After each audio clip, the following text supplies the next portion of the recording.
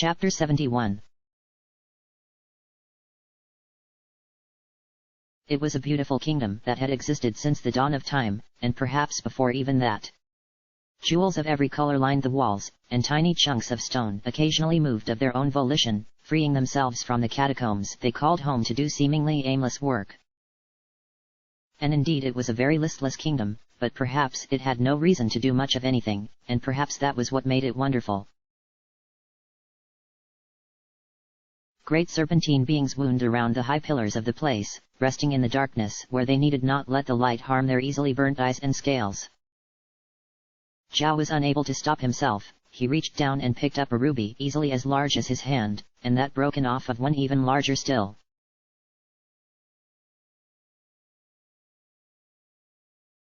But the moment he held it, it disintegrated into more salt, drifting away on an aimless breeze. There was no wind here, of course, but here seemed to be a place between places, as strange and artificial as the magic passageways that Lorelei had found. This was a very peaceful place. I loved it. Lazarus did not speak well. His voice was the grating of solid stone and slag, burning acid, and grinding teeth. And he had not spoken for a long time, but perhaps that is the way of all dragons, and in whatever phantasmagoria this realm was, Zhao felt as if he didn't need to coax the words out any more quickly. After all, he wasn't even sure if he was still. Did Dragunov destroy it? We both did. Many years. Past. All past.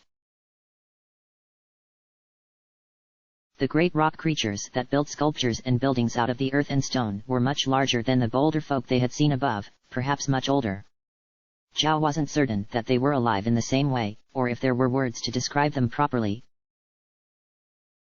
And he had never been too great at coming up with new words. For some reason, the thought made him smile a little bit, and he wasn't sure why. Nearby, one of the largest of the rock creatures slowly froze to a halt, folding in on itself until it was as silent and immobile as the pillars that surrounded it. Smaller kin gathered, staring at its corpse with no visible eyes, and then placing around it an ephemeral nest of gems and treasures from the earth. You did not mean to fall down here. We just wanted to make people happy. To grow things. That is very wise. Happiness leaves very easily. Never returns. Zhao laughed, and maybe it was dangerous and stupid, but he couldn't help himself. Trust me, if that were true, I'd probably have sent Zams running into the hills by now, and even Bones. Okay, he's got the patience of the dead going for him, but you've got no clue how much he's done for the three of us. Will you tell me? And so Zhao did, of their first, sad attempts, of how they'd had such success to be driven off, to try again, the ruins they had found, and their certain feelings that every season, things might be better. Of the sickness and infirmity and his own strange condition which seemed to have given him some measure of protection against the great dragon's many natural weapons.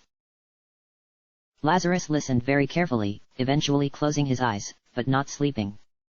He had a bed of strange treasures, not exactly what Zhao had expected of any dragon. Scraps of paper, chunks of granite and basalt, little baubles of glass. All gone from the real world, so far as he could tell. Maybe dragons are different. Have to fight. Till death comes. I can't tell you not to fight, I wish you wouldn't, I mean. The world'll end even without the two of you fighting. Haha, it'd be funny if you two working together might just stop that, right? Lazarus did not laugh. Child of Earth. You do not know it, I will tell you. There is no hope. Despite the ominous words he spoke, Lazarus' tone made it clear that the great dragon was not only not finished, but that the statement itself was nuanced, despite the heavy pallor in the invisible kingdom of treasure and scales. Many, many worlds. All have died. All live again. So many memories. More even the Crimson Lord, or the Hollow Lord. The only ones older, forget, have to forget. Do not worry, do not let it shake you. But do not care. Caring will only. And even this was too much for Lazarus, and the great dragon's words broke and stuttered and refused to come any further. He lay down his great neck upon his bed of strange scraps, and stretched out amongst them, and was silent. I can't do that. I have to help my friends. Even if I die. I don't care if I live again. Or if anyone forgets anything. Why can't any of you understand that? He wasn't angry, or sad, those emotions seemed oddly distant. Zhao felt like his hands were trembling, but he wasn't sure, he only knew that he felt so small next to the half-slumbering beast and its ancient memories. And he knew how he sounded, even if it wasn't how he felt. Lazarus did not seem to mind the angry words, for he was used to anger. And he didn't mind the hands, so tiny, so powerless, that rained down upon his scales. Indeed, the great and toxic sigh that escaped him was born of a resignation that understood them, all too well. Child of Earth. We all wish these things. To wish makes nothing true. The age of the goddess is gone. Her tiny ones do not shine. The ones that fell to earth, must be lonely. I can feel it. When I do not hate, when I can remember to feel. Once again, the great dragon was silent, leaving only his constant and heavy breathing as Zhao's companion. The edges of this illusion had become more and more hazy, and Zhao felt certain that if there were something he was to do, his time was fading away. Like precious things, things that he already felt slipping from the edges of his mind. How easy it would be to stay here, where it was safe and temperate and feel nothing at all.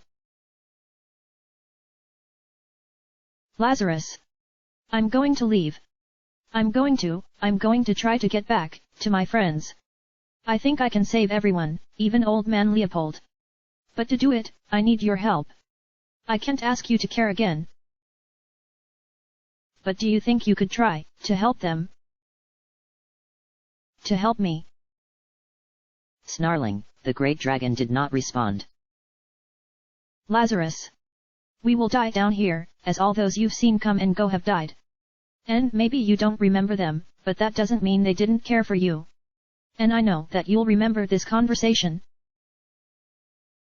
Maybe years from now, when there's nothing here but you, and salt. Zhao felt himself shuddering as he turned away from the great dragon. Perhaps Lazarus would simply give in to his own hate, and, in one moment, Zhao would know nothing at all. And perhaps that wouldn't even be so horrible.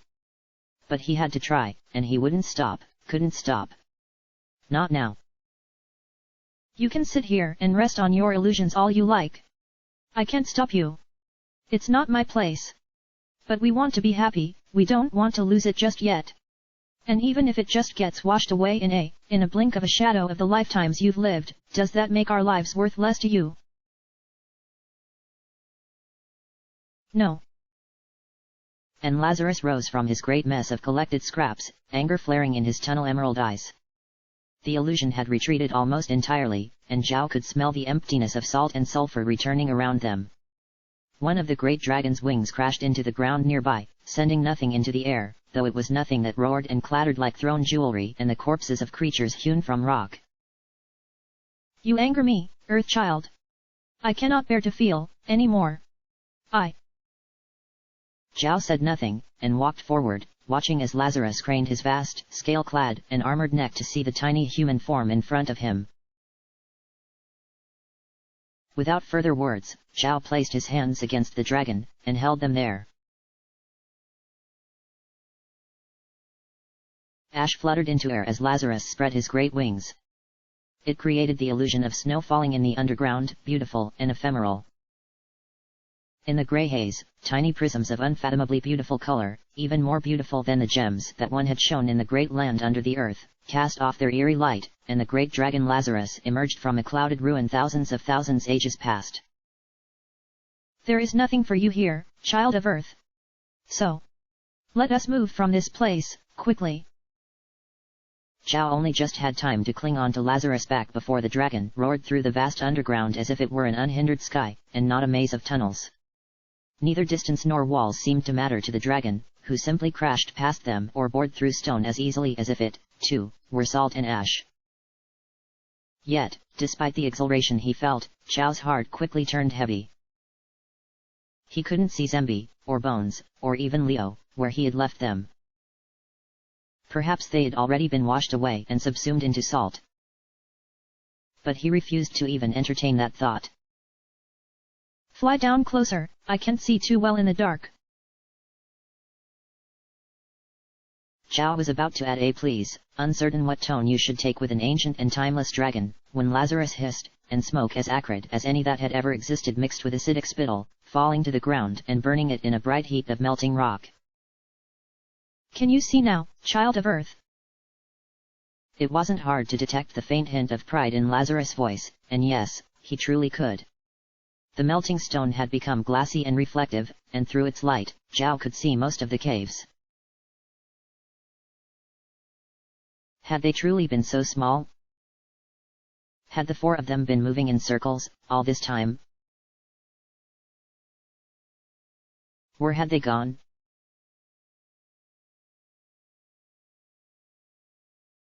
Lazarus! I see movement down there, do you think you can? No thing is a challenge to me. Roared Lazarus before Zhao had even had a chance to finish speaking.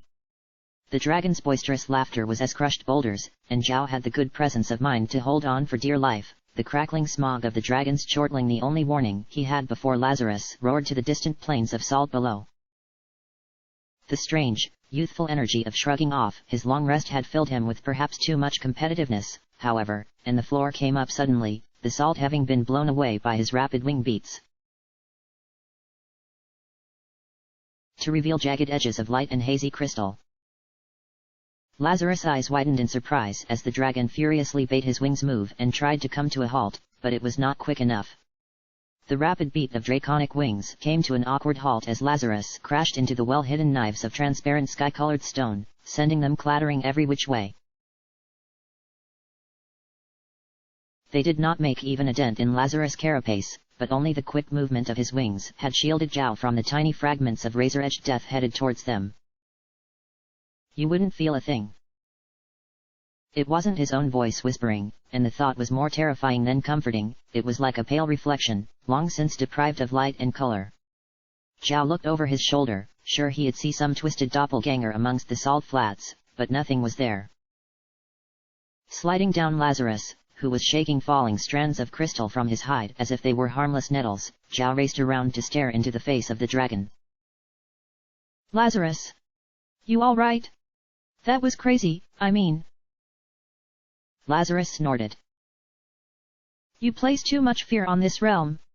It is mine. Nothing here can hurt me. Nothing. Thumping against his hide with one massive claw, Lazarus rose to his full height, as the earth around them began to shake. Had his earlier acrid expectorations melted the very ground beneath them? Once again, the unease came over Zhao. This wasn't right, and it wasn't just the world's end. He could feel it, a strange, syrupy warmth that had been present in the same haze that he had shaken Lazarus from. Rest. Close your eyes. Don't worry about it, and just let it wash over you. Clinging to Lazarus, Zhao and the dragon fell through the cascading earth below. Lazarus tried in vain to fly them upwards, but so much dirt and stone was falling from above that even his massive wings were doing no good, for though the earth was soft and weak, there was so much of it that he could not keep them beating. And so they fell, and fell, and fell, until all light had ceased.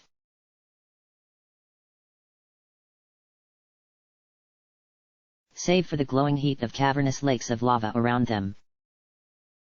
HMRPH. Such an obvious trap. Be wary, child of Earth. The two of them, the great dragon and the young man, stood alone on a floating chunk of obsidian stone, its rock face carved with images of many smaller stones, most round in nature and of many colors. There were engravings, too. And Zhao realized almost instantly that it was some kind of funerary marker. Many more floating chunks of rock, not all so ominous, floated amongst the lava flows.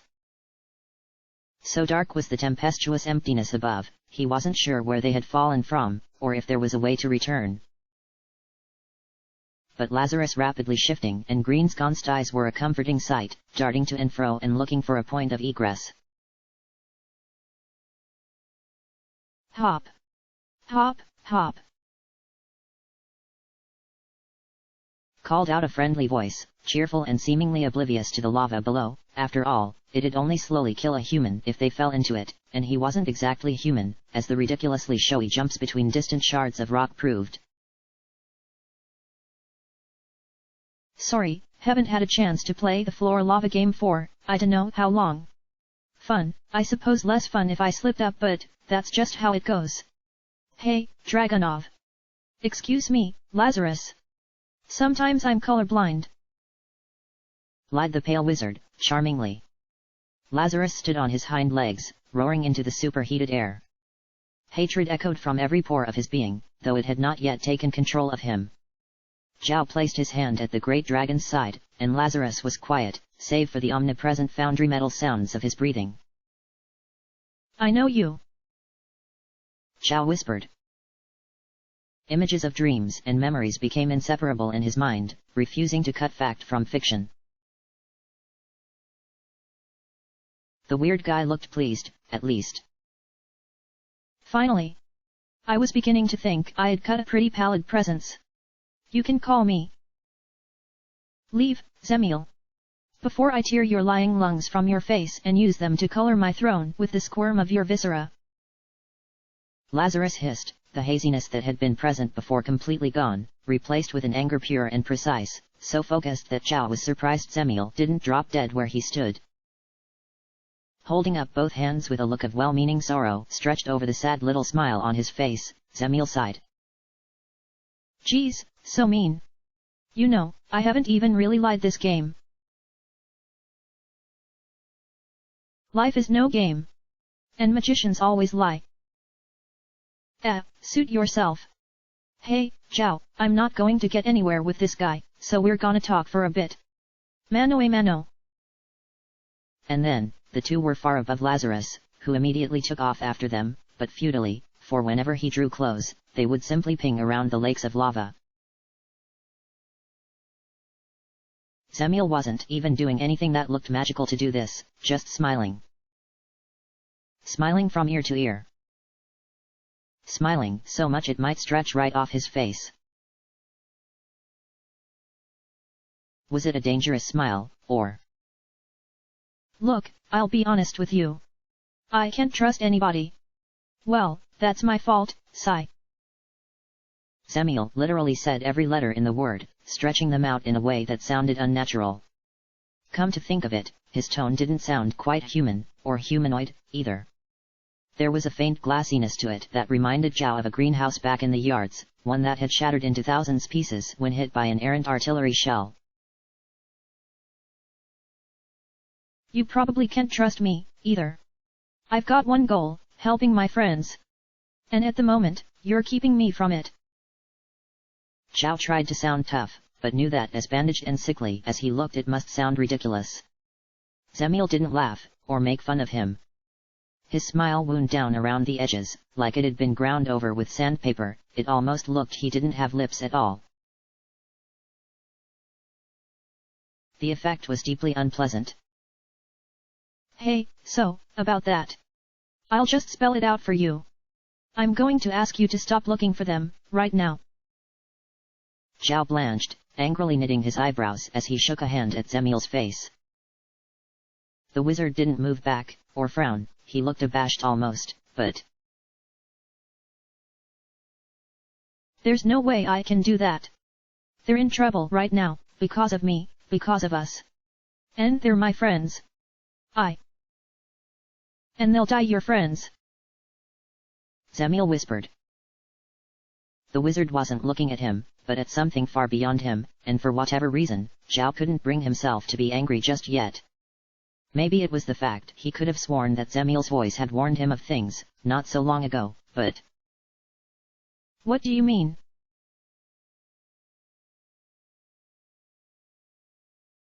Don't you know, we're living in the end of the world? Not the first one, either. It just keeps happening. Ah ha ha, ha ha ha. The lava below had froze. The air around them had froze. His breath was coming out slowly, it felt as if his blood might freeze, too. He could feel that much, feel every little droplet slowing down as if turned to liquid ice. So, what am I supposed to do? Just let them all die? It's the merciful thing. They'll die with hope in their hearts, and painlessly. And when they're reborn, things'll be better, maybe. And you'll be friends again, in other places. Other times. Isn't that what everybody wants? Zemiel spoke quietly, and he wasn't even trying to affix any emotion to his words. And if I don't? The cold had spread, and it didn't really seem to originate from Zemiel, but a place beyond him, as if he had but only opened the door to some horrific, empty place where no good things dwelled, or perhaps was trying to keep it closed. They'll still die. And it'll be painful, and slow. And you'll die, too. I might as well. Not sure, always guesswork there, but I'm good at not staying dead. But, you'll have made it that much harder to stop this from happening again. Even as the entire underground sea became a strange, sluggishly floating morass of still bubbling lava and jagged shards, Lazarus was attempting to fight through the sudden gale, anger and determination on his draconian face. And that's all you really want? Zemiel smiled. It didn't quite reach his eyes. No, of course not. Just 25,000 cubic centimeters of your blood, and Lazarus' heart. Lazarus must have heard that, for even the great dragon paused at this, but Zemiel laughed, and shook his head. Sorry, the world always seems determined to play out a certain way, and I just wanted to try to give it the same show I always do. That's really all I want, Zhao. You can do as you please, just know that I warned you. Even with that warning, I can't. Well, in that case I'll leave you. Live with the consequences. Zemiel's tone, fraught with both sorrow and resignation, changed completely. Even through the underground storm of ice, hail, and lava, even through the struggling wings of a dragon that might have once been divine, even with the all-consuming whisper of something, so close it could almost be felt. There's no hope, but then, there never is. And then Zemiel was gone, and Lazarus crashed into Zhao just as he began to fall from the great heights above the lava. You did well. But Zhao wasn't sure if he had, and he was racked with unpleasant visions that those didn't really matter, right now. Tightening his fist, careful not to draw it too tight against pulled bandages and his own salt-dried skin, Zhao whispered his thanks to Lazarus. Let's find your friends, was the reply of the great dragon, and they ascended past stone and earth and dirt, just enough to see the first glancing light of the sky above. Zhao held his hand across his face, strands of poorly made bandaging falling in between his field of vision and letting only the most aggressive rays of light glance across his face. He tried to talk or say something to let Lazarus know that this was too far, but the ancient dragon was fighting against something in the air, something simultaneously pushing them down towards and the ground, and threatening to carry them up, further, against the wind, against the current, against the sky itself. Black wings roared around the empty sky as if it were a great and empty pool, and finally steadied Lazarus, but by then, the two had found themselves in a place of thin, high atmospheres and strange, cooing noises. What's going on, Lazarus? Can we get to the ground? Zhao said, having realized even as he spoke that Lazarus was as confused as he was. Still, getting to ground seemed tactically sound, as Ruslana might say. The vast sea of high sky around them was devoid of color and almost starless, but clouds swam around them nonetheless. Or perhaps they weren't clouds. Whatever they were, tiny white blots of something slowly pulsated and wiggled and grew out in all directions, manifesting jots of blue or gold at their edges that brought forth an anguished, furious howl from Lazarus. DRHEUNOV. But before the spiteful smoke could flee his maw, it met with more confusion still. The little cloud creatures began to swim around them, obscuring all but their vision, cooing sweetly, all the while. Lazarus' eyes shot from one to the next, betraying no panic.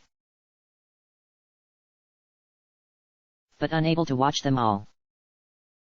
Slowly the first pulled over, slowly, as slow as a drifting cloud. All it did was touch its matter against Lazarus' hide, but as instantly as evaporated with a horrible, flattened coo of exultation, bright red welts dug themselves from Lazarus's hide, looking as if at any point they might burst.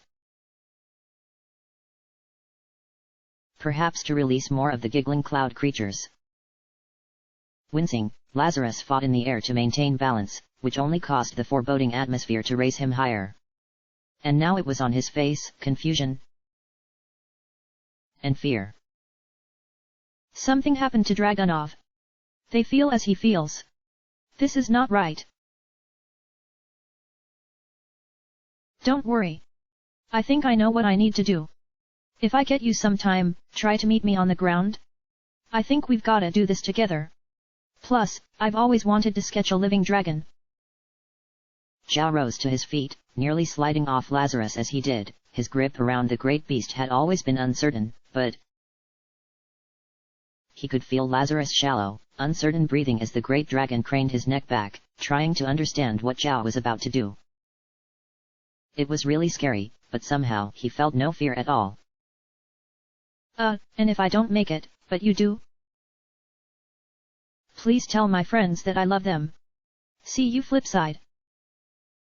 And with a smile, Zhao took a few steps backwards, shut his eyes, and dropped to the ground below, as with a sea of wondrous cooing noises, the little motes wearing Dragunov's colors as their own tore through the sky towards him.